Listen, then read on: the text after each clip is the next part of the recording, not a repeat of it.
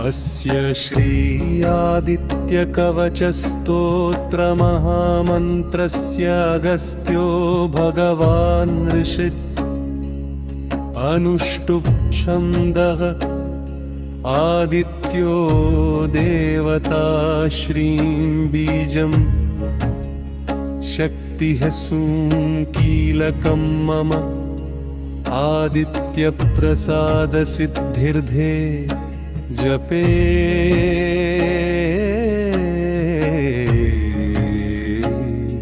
विनियोगः।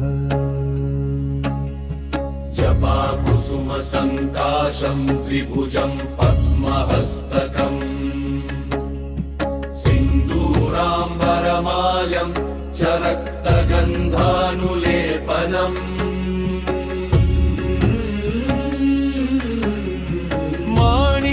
रत्नखचित सर्वाभरणभूषितम् सप्ताश्वरथवाहं तु मेरुं चैव प्रदक्षिणम् देवासुरवरैर्वन्द्यं घृणिभिः परिसेवितम् ध्यायेत्पतेत् सुवर्णाभं सूर्यस्य कवचं मुदा पातु शिरोदेशे सूर्य पातु ललाटकम् आदित्यो लोचने पातु श्रुति पातु दिवाकरवान् घ्राणं पातु सदा भानुः मुखं पातु सदा रविः जिह्वां पातु जगन्नेत्रः कण्ठं पातु विभावसुहन् स्कन्धौ ग्रहपति पातु भुजौ पातु प्रभाकरः करावब्जकरः पातु हृदयं पातु नभोमणिः द्वादशात्मा कटिं पातु सविता पातु शक्तिनी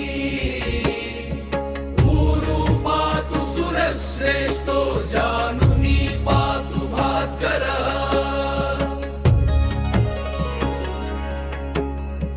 जम्घे मे पातु मार्ताण्डो गुल्फौ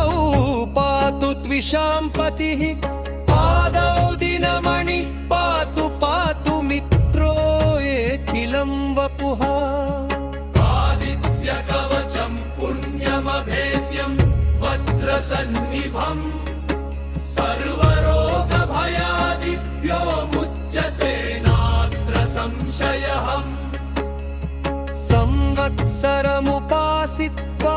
साम्राज्यपदवीं लभेत् अशेषरोगशान्त्यर्थं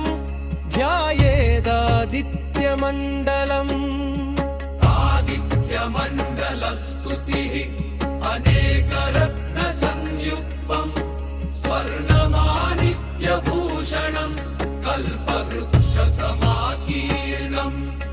कदम्बकुसुमप्रियम्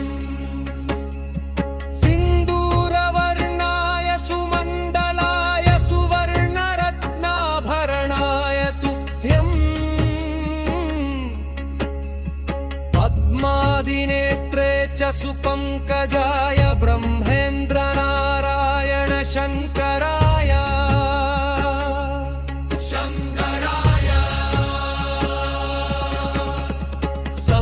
संरक्तचूर्णं